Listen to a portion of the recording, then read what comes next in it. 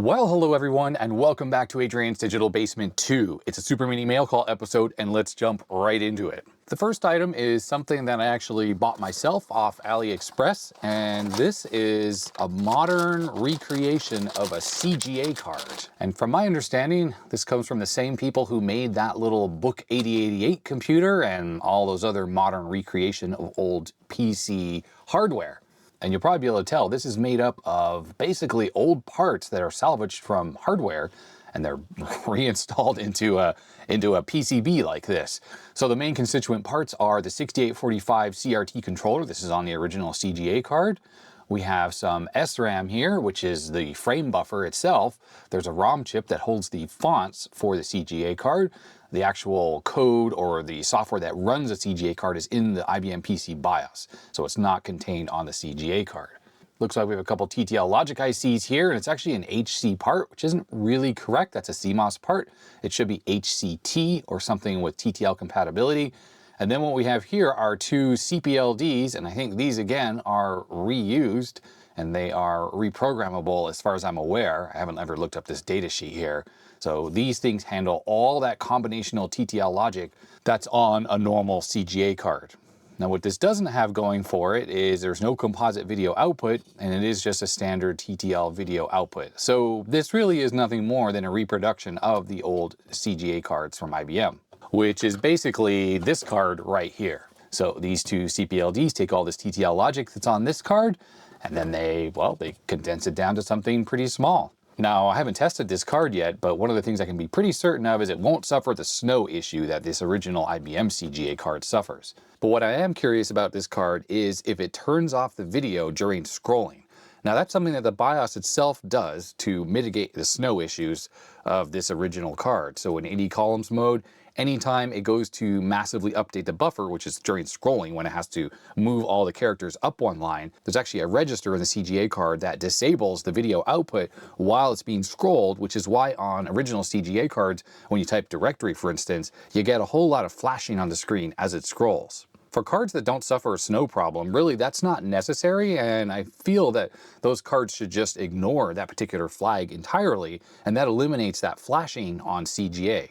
Now for this IBM CGA card, which is one that I found in the trash, and it was all corroded and everything, I did some experiments on it where I added some bodge wires on here, which it basically tell this card to ignore that particular flag. That means that on this card, there is no flashing during scrolling, you get snow instead. But for me personally, I'd rather have snow during scrolling than the flashing, which I think is really unsightly. But when it comes to third-party cards, I feel that they should always not honor that flag that shuts off the video, and they just won't have the flashing. And of course, because it's a modern design, it won't have the snow. So let's grab the 286 motherboard here so we can test out this new modern card, which I think, and I'll have to insert a picture here on how much I paid for it. It was like 30 bucks or something, so not too expensive. It can be pretty hard to find original CGA cards these days, and a card like this should be 100% compatible with a demo like 8088 miles per hour and Area 5150. So for testing this thing, it's going to go into my 286 motherboard. I'm going to use the RGB to HDMI to plug into the video output so we can capture it. Obviously, you can notice in this motherboard, I have the Pico Gus installed in here. And I'm really hoping that there's going to be a time when people emulate a CGA card in a Pi Pico, and then you can offer a VGA output or even a DVI output that allows you to hook up a more modern monitor. But for me personally, I also like the capability of running an original TTL monitor, so I'd like to have both types of output. Now, when it comes to the profile that I'm going to be using, I'm sorry it's cut off a little bit, but I'm just going to use IBM CGA New. I think either one of these should probably work fine. And the reason why that profile is going to work is because the 6845, which is on this card, is what controls all the timing of the card itself. And of course, it's programmed by what's in the BIOS code on the motherboard. Therefore, the signal that comes out of this card should be exactly identical to a real IBM CGA card. All right, let's see what happens here when we turn on the power. All right, there it is, looking really good. Now, if we hit F1 to continue, I think I have the RAM test on here. Let's see. Oh, there is snow. Wow, I am very shocked, actually. So the reason why running the RAM test here has snow is because it's using the video RAM as a stack pointer and some temporary storage for the RAM test. And the RAM test doesn't do anything special to try to synchronize with the vertical refresh or anything like that to eliminate snow, which is why you see it. And I guess for comparison, we should put in the original IBM CGA card and see what the snow looks like there. So IBM CGA card is in, and that little thing we saw there was because I have it disabled where it turns off the screen when you first boot the machine. And normally the IBM card boots with the screen disabled until the IBM BIOS or the BIOS code turns on the screen. The font difference here is because I have a jumper link installed here to change the font to the skinny font because I kind of like the way the skinny font looks. Let's see what the snow looks like. The snow basically looks the same on the IBM card. That means that this thing here is a total clone of the IBM CGA card with the snow and everything, which is kind of unusual. But I guess whoever came up with the equations for the CPLDs here to emulate all the TTL logic that's on that card, they just copied the IBM card exactly, hence the snow. Really, really surprised by that. I never would have suspected that we'd have any kind of snow on this replica card. So let's put this back in and boot into DOS and see about this snow issue. All right, so the flashing is definitely there. So just like I suspected, it honors that flag that shuts off the video, so that way you don't see snow while scrolling. And let's run CGA Compatibility Suite by Jim Leonard. This thing will definitely tell us if we have the snow issue on here. I think it's under here. No, I can't remember where the snow is. There it is, snow. Let's see if we see the snow. Oh yeah. Wow, okay, I'm really surprised, but full-on snow on this card. So it's absolutely 100% a replica of the IBM CGA card. So if you're looking for that, there you go. Now you can buy an absolute replica of the IBM CGA card. I would have preferred to have maybe a jumper you could set on the card to disable the snow or, you know, change to a different emulation that didn't have the snow, but there you go. You got snow. I'm sure all the other things are going to be 100% compatible. So yeah, there are the bars, for instance. Since it's emulating the snow, there's no reason to believe that everything else on here wouldn't be exactly the same. And if we take a look at row reprogramming, there it is. So we're getting like the pseudo high resolution modes. And that means that we're able to run games like this that take advantage of that to do sort of like the pseudo high color modes. All right, there we go. X to fire and Z to jump. So yeah, pretty impressive game, honestly. There we go. We can go to different levels here. We got bad guys to shoot and things to collect. Pretty awesome. And this runs perfectly on an original IBM PC XT. And you do have to have a true CGA card or something that emulates a CGA card perfectly to play this game, due to the fact that you use this row reprogramming to do this sort of pseudo high color mode. Well, it's not high color, but for CGA, it's high color. So anyhow, there we go. So if you're looking for a true IBM CGA card, the original one with all of its limitations clone, you can buy one from AliExpress. Yeah, I don't know how long these are going to be available for, since they're obviously using parts that are sourced from recycled stuff. And it would really have been a nice feature add if they had just added the composite video, so it really truly would have been a clone of this. I don't think there's really much to it other than using some resistors to create like a little ladder DAC for the composite output, and then to combine the sync signals to make it, well, you know, composite video compatible. And then you would have been able to use the artifact color on 8088 miles per hour, that demo, to see how it looked on real hardware. And even though this thing has these large chips here, it's definitely just combining all the TTL logic you see on this card into something that makes it a little cheaper and easier to make, even though they could have just replicated this entire card, because all of this stuff is just off-the-shelf parts. Every single thing on here is. And the 6845, look, it's even got the same one. So anyhow, there we go. I just assumed this thing wouldn't have the snow, so I was frankly shocked when it turned out to be a direct replica of the IBM card. So yep, it's kind of cool this is still available, and I'll put a link down below if you want to pick one up, I guess, for yourself. All right, next up we have a couple 3D printed things. This first one here, obviously, I think it's supposed to be like a little bit of a dead parts thing, and we have an MT RAM chip, although isn't it the 4164s are the ones that always die, and the 42s don't die as much. This was made by a local friend, Chad, and I think this pops out, and there we go. And the issue Chad said is this design has these legs glued on, hence this additional glue that he has provided. So that makes it quite fiddly to easily open and close, and yeah, Chad was right about that. Getting these legs lined up here is pretty difficult because it's all a bit spindly. But okay, there we go. I got it in. And yeah, it's supposed to be like a coffin socket and a coffin chip. So like my dead parts bin, and pretty awesome. Recently, I saw this pop up on my feed, and Chad offered to print it for me. So thank you very much, Chad, for that. Oh, and interestingly enough, Chad's actually an artist, and Chad is the one who drew this sticker for me. So if you saw me at VCF Midwest, I was giving these out to people, and I was also giving these out to my patrons that I ran into at Portland Retro Gaming Expo. And yeah, I had these stickers made up, and it was Chad who drew this up for me. So that's pretty darn awesome, Chad. Thanks very much. I'm gonna stick this on my windowsill with my other dead parts bins. Although I guess one of the problems with this is I can't really put parts in this and have this stand up, because obviously this can stand up, but since there's no lid and it doesn't seal, any parts in there are just gonna fall out. So it has to kind of sit like this. It's pretty darn cool how this looks though. And yeah, it's very fitting for the junky, empty RAM chips that go bad so frequently. Look at this, I got some ink on my hand there. I wonder how that got there. That's kind of funny. And next up we have this, which is a 3D printed pine sill road case. And this was given to me by local viewer Super SVGA. And Super SVGA is actually the same person who originally sent me my first pine sill, which is the one I still use all the time. Don't worry, this is cold, it's not plugged in or anything. And I guess what you can do is it can hold the soldering iron in the case just like that. I think this is space for a cable, and you can put extra tips in here. How does this work for holding the tips? I would think it would go this way. Oh yeah, okay, that clip clicks right in really well. And I guess you can put little bits of solder on here. And in fact, there's this little wheel right here. Okay, so I think what this is you can install this on here. Guess it goes like that. I don't know. I would think that putting this super hot soldering iron in here would actually cause it to melt the 3D printed plastic. So I'm not 100% sure how that works exactly, but maybe not. It's got like a fidget spinner bearing in here. But obviously we'll transfer some of the heat through the ball bearings into the plastic, and then in the end that will cause an issue. I don't know. And then this thing here, which needs to be glued together, is a little spool for some solder.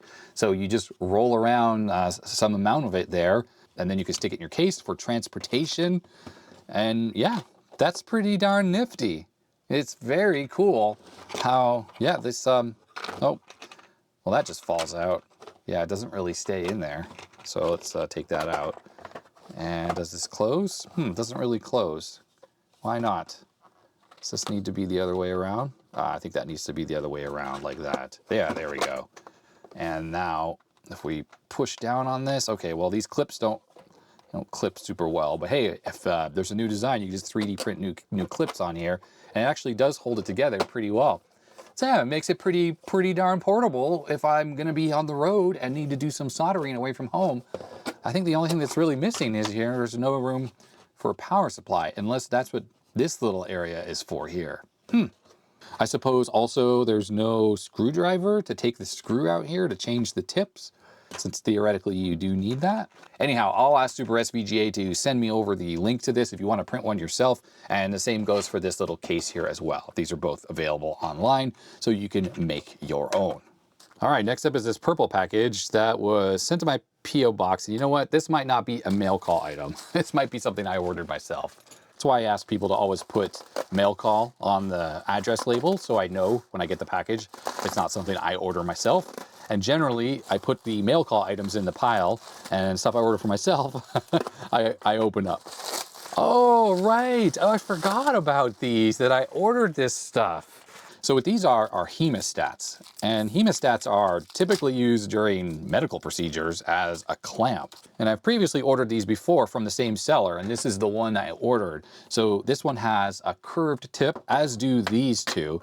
And then I bought this one as well, but this was really, well, this was cheaper. These aren't very expensive, but they're not like $1 either, because they're made out of a really, I don't know, surgical steel or whatever that's good quality. But this one here, which was cheaper, I can't remember how much it is. I'll put this price online, but for the price, this is a piece of junk. And the tips were bent when I got them. I tried to bend them back. So I decided to abort that and go back to the original seller where I got this one and order some more.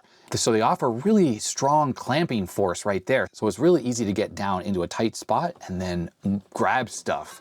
And the ends here are kind of knurled, and then if you clip this together, the more you clip this, the stronger the clamping force is. Now, you never need to kind of clamp it that tightly. Just one click is always plenty good. This has this markings on here. There's a little bit of a QR code there. Looks like J31240 on this one. This is the longest one, and this one is the one I had previously, so I can tell it's the same manufacturer and everything, J31120. And then the medium-sized one here also has a marking, there it is, J31180. And I like how these come together. They seem to be pretty precise. The metal is very strong and it's pretty flexible. So you need this part here to bend. That way you can add the clamping force. And then the hinge mechanism here seems to be pretty well constructed on these. This piece of junk, on the other hand, which has no markings on it, the whole thing is just super flimsy and junky feeling. And yeah, like I said, in just getting shipped to me, the tips here were very bent. And it was actually much worse than this until I put it in my vise and tried to fix it. You know, so I think these cheap ones here are still gonna work, but for the price difference, it's absolutely not worth it. And I should have just got the good ones, which I already knew were much better quality and were gonna work better. So if you're someone who works on something like, say, a monitor, and you need to lift the leg of a diode, you can grab onto one leg like this, so you can clamp onto it, so I don't even have to put any pressure on it. Then you can go to desolder this on the bottom of the PCB, and then you can, boop, you can lift it right out, and then you can get it back into the board quite easily. And just the fact that these things clamp on and then you just let go, that's what makes them so super useful, especially getting into really tight spots. And it looks like they went ahead and sent me a couple metal tongue depressors as well. And one of the things that they do, and this, I remember this from the first one I ordered, they use this really sticky packing tape, and it does leave a sticky residue all over the place. It's not a big deal. Just use like Goof Off or something to get these clean. These are metal parts that you can put into, like, you know, boiling water or whatever and get all the adhesive off. So it's really a non-issue. Actually, and you know what? These tongue depressors, I bet, are probably pretty useful because they're thin enough that I think they would probably go a long way to help you straighten pins on CPUs. So you can use the end over here, once I get the tape off, of course, to try to straighten the pins. And then you can use this long end here to get in there, at least of these types of chips with the wider spacing. And then you can just bend entire rows of pins back into shape. I use a similar tool to this to do that exact work, to do pin straightening. So I'm not gonna toss these little tongue depressors because I think, yeah, I think these are gonna be kind of useful just to have in my arsenal as well. And these seem like good, nice, springy steel as well, so this shouldn't bend and get out of shape too easily. So yeah, kind of cool little bonus. I guess they just put this in to help ship these and prevent damage. All right, next up is this, and it does say mail call, but it says online sales from the from address. So I don't know where this comes from.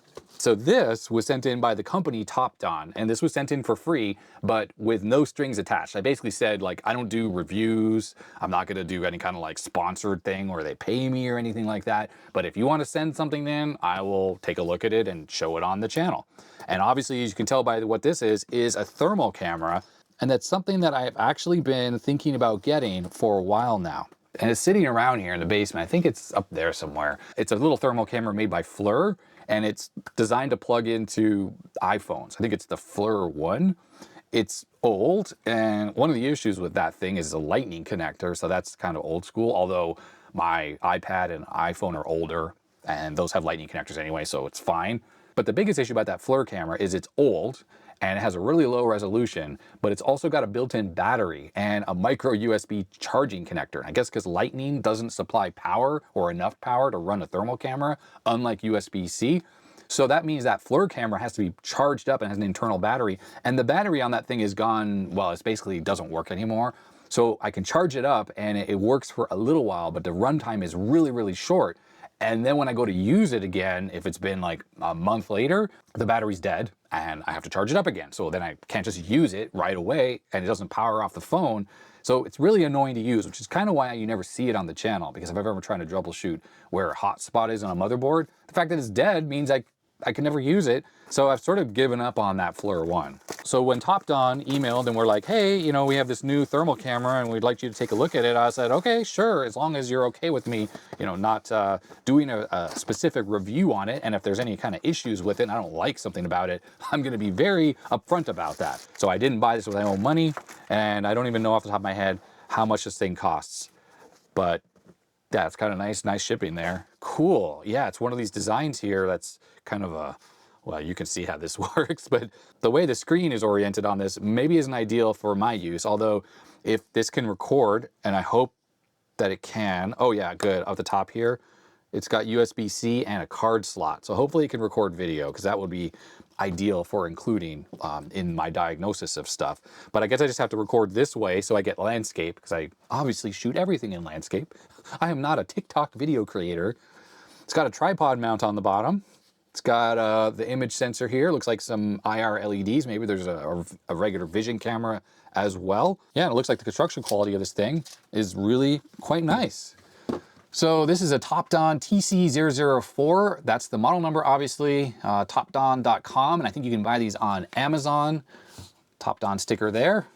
Got a trigger for, I guess, recording or whatnot. User interface buttons, it's clicky, up, down, left, right, stuff like that. Oh, I guess I should try to turn this on. Let's hold down the power button here. I haven't even tried to charge this or anything. Oh, TC view. All right, screen looks pretty good. I mean, it's got decent viewing angles.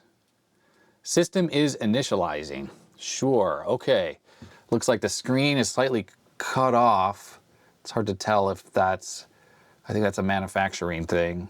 Although the screen just seems a little bit bigger than the bezel, which is odd. Why isn't the bezel slightly bigger?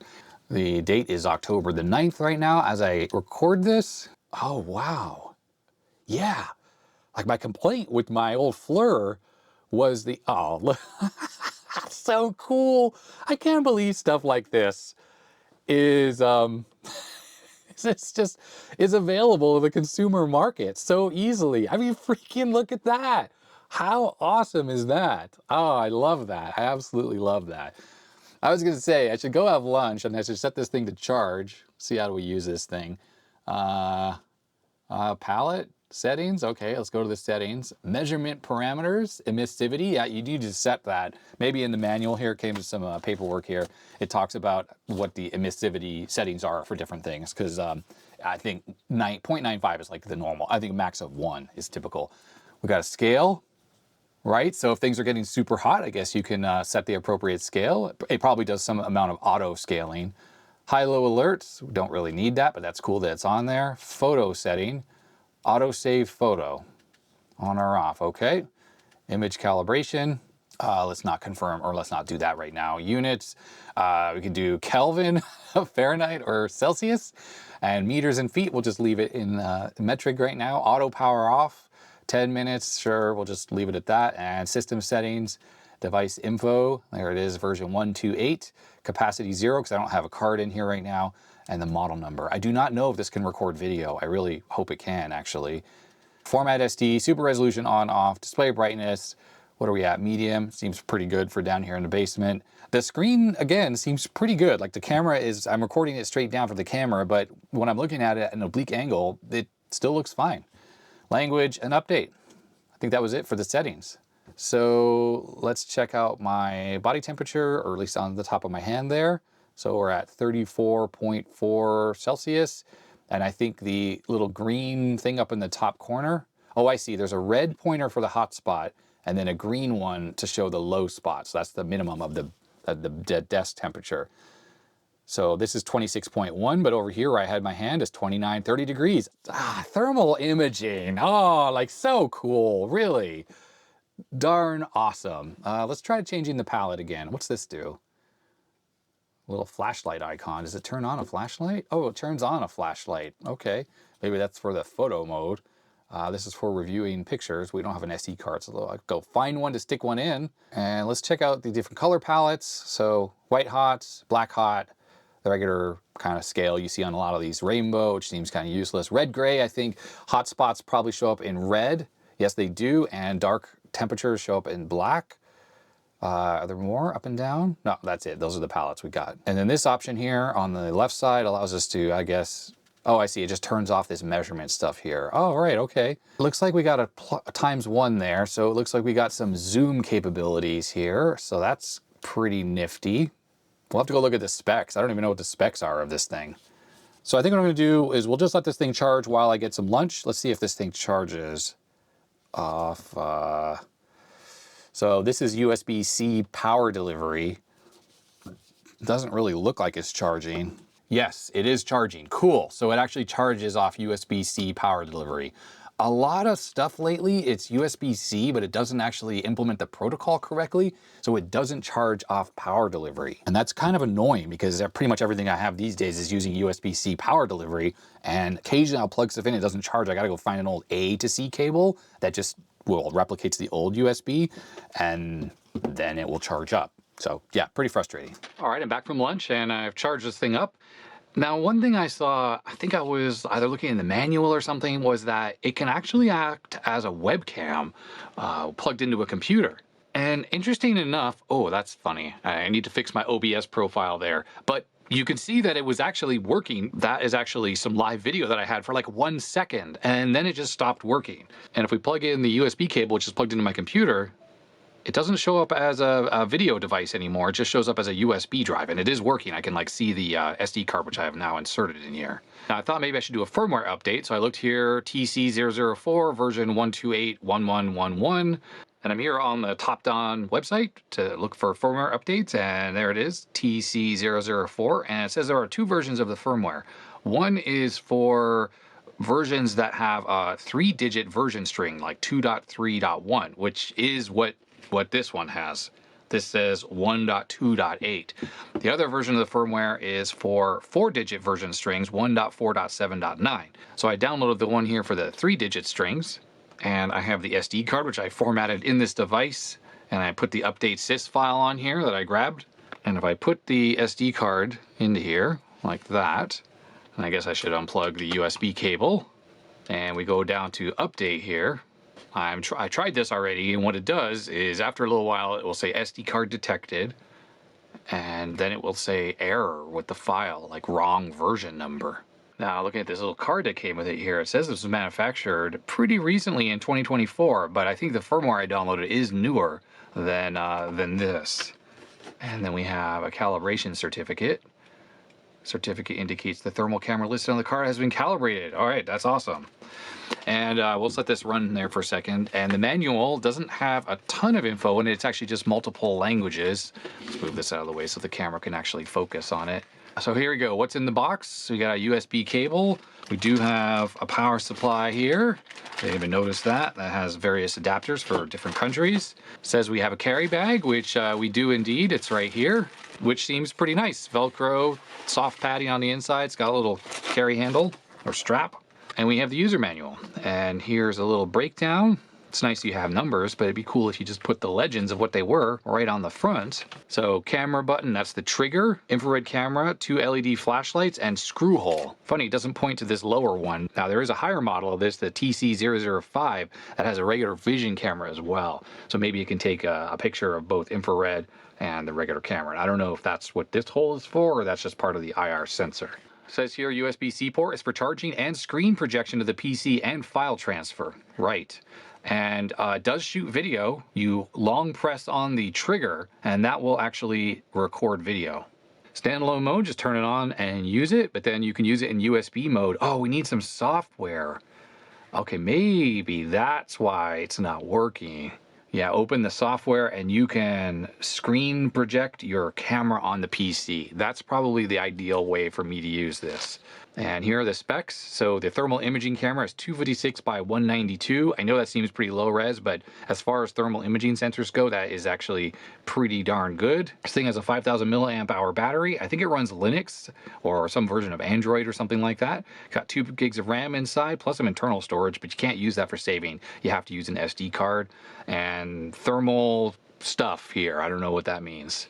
And it has a 1-year warranty, and it has some FCC stuff, and then we have German and other languages. And there's the info for Topdon, including a North American support phone number. That's kind of nice. All right, we go back to this, which has just been sitting here the whole time, and well, there's nothing. So I click. I got it to say the SD card was detected. Oh, look, I pushed this middle button here, and now it says SD card detected, update. The user interface for the updating isn't particularly good. The update came with this document here that just simply says you create the update sys folder on the SD card, copy the update file, and you go to the menu and you click upgrade, and that's it. It doesn't really tell you what else to do. It just says perform the factory reset after you do the update. The update's working this time. So I don't know what I did the first time that caused it to fail, but it just, well, you put the SD card in, push the button, which it doesn't say to do, unless I missed that in the instructions, and then you just wait for the update to happen. And I'm hoping that it's going to fix some of these little idiosyncrasies that the user interface has here, because the version that I'm updating to is like 2 point whatever, and it was 1 point something. So it seems like a pretty substantial software update. Here's their webpage for the TCO4. You know, the usual stuff. It's just wide field of view, cool. Looks like some image analysis program is available, probably save some metadata in the JPEGs. You have a 1-day runtime, which is actually 12 hours. But 12 hours is pretty substantial, actually. Not half bad. So, and here are a few different models I guess Topdon has. So this is the TCO4, the middle one. There's one with a larger screen, but doesn't support the Windows screen sharing stuff, which is really something I do want. And then there's a TCO5, which looks like it's pretty much an identical device, except it has, let's see here, it has 2 megapixel visible light camera, while this one does not. But the image sensor resolution is the same. It's got 4 image modes, which maybe that means I'm kind of compositing between the actual thermal image and the regular image, which can be very useful if you're trying to figure out what chip is what, if the resolution's a bit low. Frame rate 20 frames per second, and everything seems about the same. Yes, IP54, whatever that means. Video recording, yes, not on that other model with the larger screen. And yep, so TCO4 and TCO5 seem identical except for the camera thing. Back on the thermal camera, it's still doing the update. That's a bit concerning. I hope it hasn't like bricked itself or something like that. And taking a look at Amazon.com, it seems that this particular camera costs about $285 right now. Unless there's a different version with different bundles or something like that. Yeah, Topdon seems to make a whole bunch of stuff, including a tablet type thing to plug into a car for CAN bus diagnostics and things like that. And it looks like the TC005 that has the actual camera that isn't just infrared is a bit more expensive. Well, this is just sitting here at the update screen here. I guess I'm just gonna not do anything here. Let's just push a button. I don't really do anything. So I guess while we wait for this to hopefully finish and not brick, let's open a package. This one comes from Taryn in Cadiz, Kentucky. Cadiz, C-A-D-I-Z. I'm not sure how to pronounce that, but the state of Kentucky. So hi to all my Kentucky viewers. If you sent in stuff to mail call and I haven't shown it yet, there is a rather sizable pile back there under the stairs of stuff that I haven't opened. And like this package, I just grabbed it. It was on the top. So therefore, there might be stuff in there that's probably been here for several months. What do we have here? We got a note. There's a card of some kind. I've got a few different cards of some kind in here. Okay, let's take a look at the notes. Adrian, hi from Cadiz, Kentucky. Please enjoy the enclosed chipsets which were removed from old ComDial phone systems at the hospital I work at. After inspecting the various control boards and system, I noticed many different socket ICs and thought these chips would be put to good use instead of letting them go to e-waste. Unfortunately, I do not have the tools or skills necessary to remove the sockets from the boards, but thought I could at least save some chips for you as well as the small PCBs and sockets installed. I hope these assist you in reviving older models and in some small ways help support your channel. Keep up the good work, sir. Can't wait to see if one of these helps in a future video. Thank you very much, Taryn. Let's take a look at what we have here. So one thing that's interesting about this particular board here, so obviously we have some firmware here, and this must have been a 16-bit system. And underneath here we got some EPROMs, which of course are totally usable. And under the label there, I can't really make out the part number, so I got a little acetone here. Let's try to wipe this adhesive off so I can get a better view of the marking. Oh, that did the trick. All right, there we go, 27C 4001. Off the top of my head, I can't remember the size of this, although I know this is an 8-bit EPROM, so you need 2 of these to equal 16-bit, hence the high and the low. And this board interfaced to the phone system through this Euro connector, which is very similar to what's used on like the SE30 for the PDS slot, although this is missing the entire middle row of pins, so it's just double row there. What's it say on the back here? Nothing I can make much sense out of, although maybe 14th week, 1991. CDI warranty, void if removed. Was this under warranty until 2010, maybe? Is this August 18th if we use US dates? This thing is still sitting here at 75%. It got up to 75 pretty quickly. and I can hear it clicking, so I think the thermal imager is still running because it has to click to calibrate itself periodically. But this is very unreassuring. Well, anyways, we'll put that off to the side for a sec. Let's see what's in the bag here. All right, let's see what we got here. Nice, we got a whole assortment of chips. So can I make heads or tails of this? Some kind of a COM dial chip. It's probably a microcontroller of some kind. That looks like a static RAM IC. That is definitely another SRAM chip, so static RAMs are good to have. These are pretty large capacity SRAMs, I assume here. 512 kilobit, probably 8 bits wide. I wouldn't be surprised on all of these. All right, here using Google Lens, typically this will give us a little bit of info on what these are. Yep, 32K by 8 static RAM.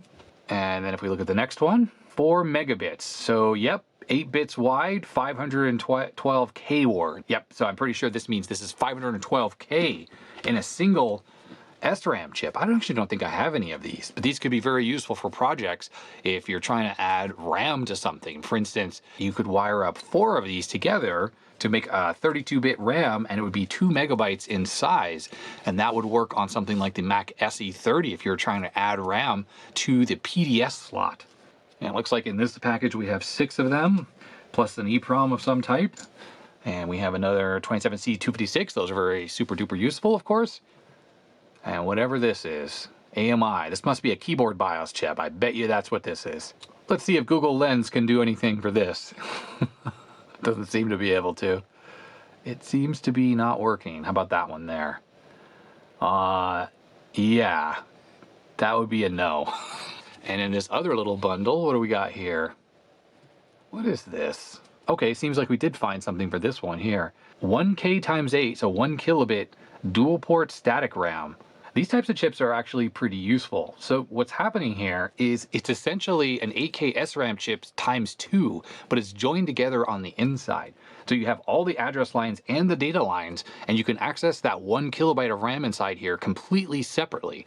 So it's good if you're using this as an intermediary between one particular system and another. For instance, you can hook up one side of this to one computer, and you can hook up the other side to another machine, and this can sit in between 2 entirely separate computers, and you can use this to store, well, read and write back data and other values between the 2 systems.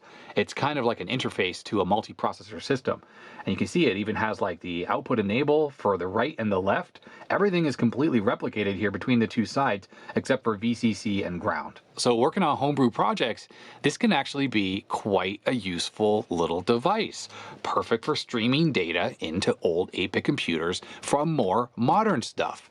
That's pretty sweet. And these chips here look like, well, I was going to say keyboard BIOS chips, but these are obviously Intel microcontrollers of some kind, but they seem to be COM dial specific. And then we have another one of these Philips ICs. Let's Google Lens that. Yeah, searching on this IC here gives us nothing. Nothing of any kind of use. And same for this Intel chip here. Looks all super generic. Yeah, obviously some kind of custom COM dial stuff. These chips right here, so I don't really know what these are, and I suppose it's possible that this one is also custom. But dual ported SRAM is pretty awesome, along with these 512K SRAM chips here. Super cool. Regular 32K, this is used in so many things. All sorts of stuff uses that, plus some normal EPROMs. And then we also have these EPROMs here. Oh, let's look up what the size of these are, since I didn't know off the top of my head. Yes, it's a 4 megabit EPROM as well, so this is the same size as these SRAM chips. They probably have the same footprint, to be honest. In this, the difference is, of course, this is a RAM chip. You can write to this, and this has to be programmed, but 512 kilobytes, 8-bit wide. Pretty darn useful. If you have 4 of these combined together on a 32-bit system like the Mac SE30, that will yield you 2 megabytes of ROM storage, and easily reprogrammable with any DIP programmer. You would just need in an SE30 an adapter board to actually use these. You wouldn't just be able to fit that in the ROM sim slot. So thanks very much, Taryn, for saving this stuff from e-waste. It's always useful to get random little chips like this. And if anyone recognizes these COM dial chips, let me know. Otherwise, if it turns out that those are super duper custom and not really usable, then unfortunately those are probably going to go to e-waste. But there are many good chips here that are totally usable and will go into stock, so I can hopefully use those in the future on a project or something like that. All right, and back to this. This is really not good. I don't know what to do at this point other than just force power this off, and we're gonna have to hope that it's not bricked, because clearly it's been about 20 minutes now stuck there, and there's no way that this is working properly. And like, you know, pushing the back button there, it's not touchscreen or anything, but pushing back, that doesn't actually do anything. So on this thing, I noticed this does a quick standby when you hit the power button, but if we hold the power button down, it will shut down. Well, it will normally. Okay, I guess the OS is not working. Let me see if plugging in the USB cable does anything at all. Does the computer recognize it? Yeah, it does, and it popped up on the computer. And here's the contents of the SD card over the USB cable that I just have plugged in. And this is the update sys file again. But I did take a couple pictures before this thing bricked. So it seems to just take a screenshot basically of what you're getting on the screen of the actual thermal camera. And you know, it's low resolution because we saw that the resolution of the image sensor was only 200 whatever by something or other. And then I shot a couple videos which look like this. So let's make this a bit bigger. And I actually shot this with the camera landscape, but it doesn't have an orientation sensor in it, unfortunately. And it does just screen record what you have on screen. So you get all the on-screen display graphics and stuff like that. And here's another video that I took, but this one I actually did in portrait. What really is curious here, and I had never noticed this is my monitor right here. This is the one I have mounted on the bench. I never realized this monitor, which is made by Asus, I think, is edge lit, and it's edge lit on the right side only. And you can tell how warm the panel is right there. And I guess there's some electronics, maybe the power supply unit behind the screen there, and another board over here. But on the other side, which I don't really show very clearly, well, on the left side, there's no warmth coming from it. And this is the virtual bench, which is off, but it takes up a lot of power. So I actually shut it off at a switch now. I just forgot to do that.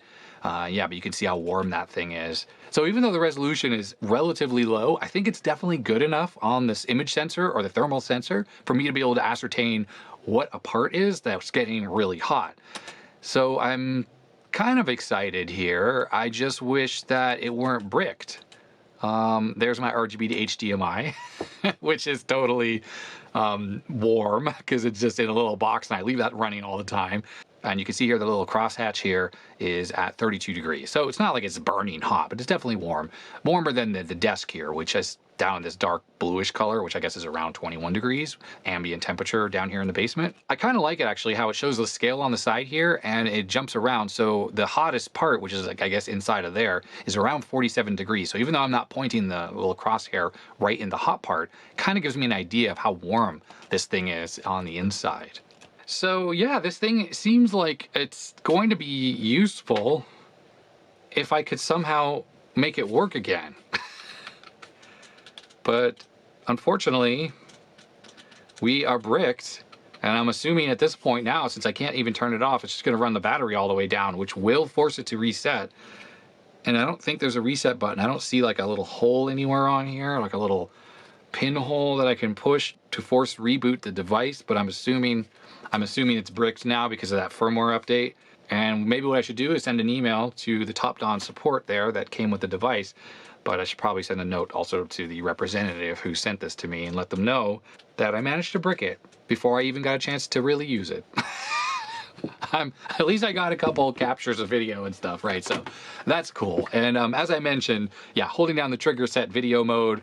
And for a moment when I plugged in the USB cable, I was able to see it as a webcam, but after like a second, it just stopped working. And then after that, it was just a USB disk. So who knows what was going on with that? And I'm running with Windows 10 and I didn't install any drivers or anything. So who knows if you need that, but it was just showing up as a normal video capture device, which is cool. That's exactly what I hoped. That means I could feed it right into OBS and then overlay it on a video like this while I was, doing diagnostics. We could just see what I was doing holding this thing. How awesome would that be? You know what? I just held the power button down for longer and it's rebooted itself. It's kind of like what you do with your phone. If the power button's not waking it up, you just hold it for a really long time. Oh, well, that's cool. It's not actually bricked either. It's actually working here. Let's see if that firmware update actually worked. It did.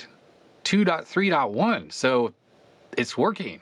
Well, it told me to do a factory default after doing the update. So let's do this. Continue. Yes or no. I don't love like this interface. Is it, what's selected right now? Yes or no? I'm assuming it's the red thing, but I wish it had like a box around it or something to really tell you what was actually selected.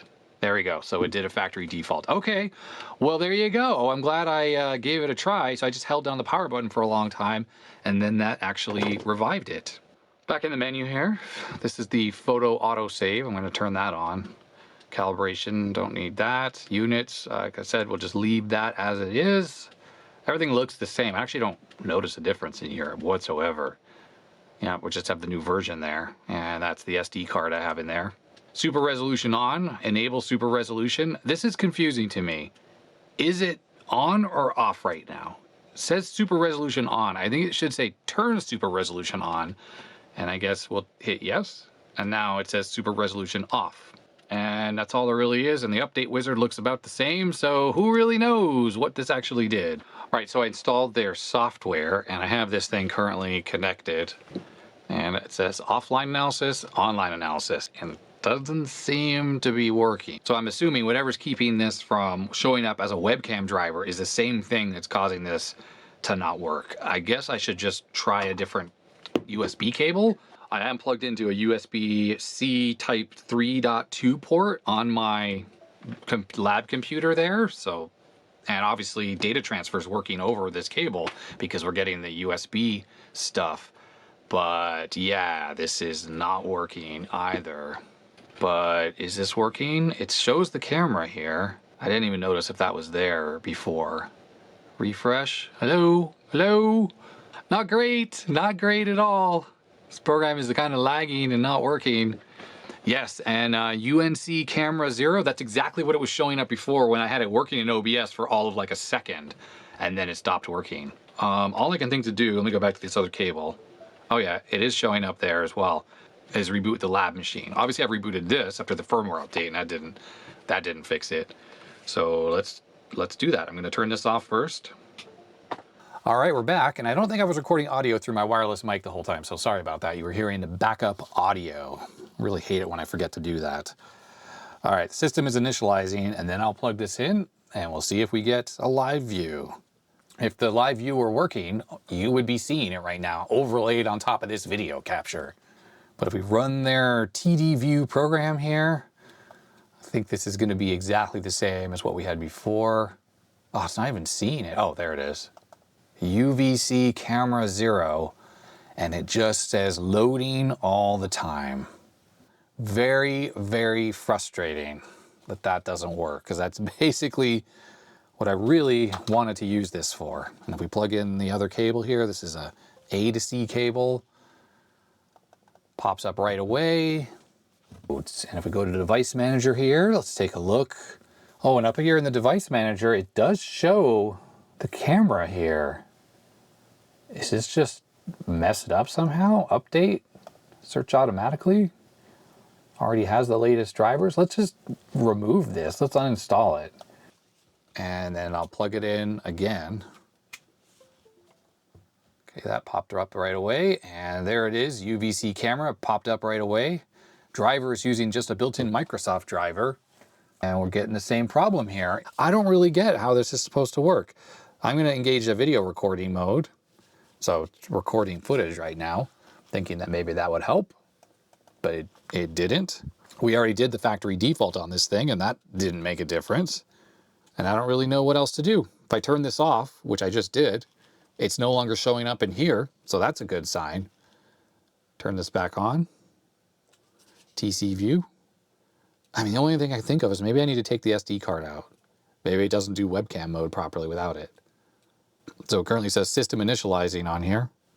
Right, okay, it's not showing up. Okay, let me just take out the SD card. And we'll turn this off, and we'll replug this again.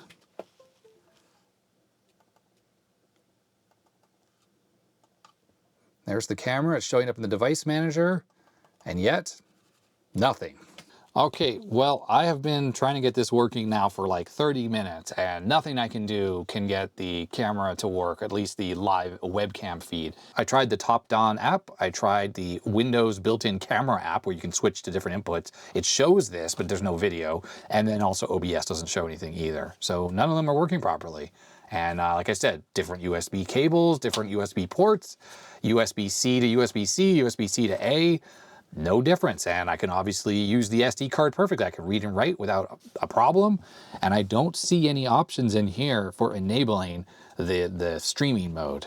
Well, I guess one thing I never saw here is there's vehicle detection. What does that do exactly? That's odd. This has to do with the playback mode. That was not there on the old firmware version. Wow. And I just got it working for a second, as you can see, and then it stops. I was fiddling around in here just thinking it was maybe some of these options or something, and well, no, nothing seemed to do anything. Thought maybe you have to turn the screen off here and then it would work, but nope. So I'm in OBS settings, which I know you can't see because it doesn't record the OBS stuff. So I deactivated the camera. Oh wait, look. So it works and then it freezes. That's it. Like works for a second and then stops. So I hit the deactivate button that makes the video go away. And I hit activate. And there it is. But why does it just stop? So let's try that again. So there's my hand. And then the video stops. So let me hit deactivate here, and I'm gonna go run it in their app. So let's see if their app is now able to see the camera here or show anything. Online analysis, and that's with the camera deactivated over in OBS. Yeah, nope, it just doesn't work. Can't right click on this. Nothing I do in here seems to do anything. It looks like it's trying to load and it just, no, it's not happy. And it's interesting because the screen is off right now, but in OBS, if I activated and deactivated the camera, it would do that thing where it showed for a second and then not even in their own app. Hello, yes, this is me. And then it stops working.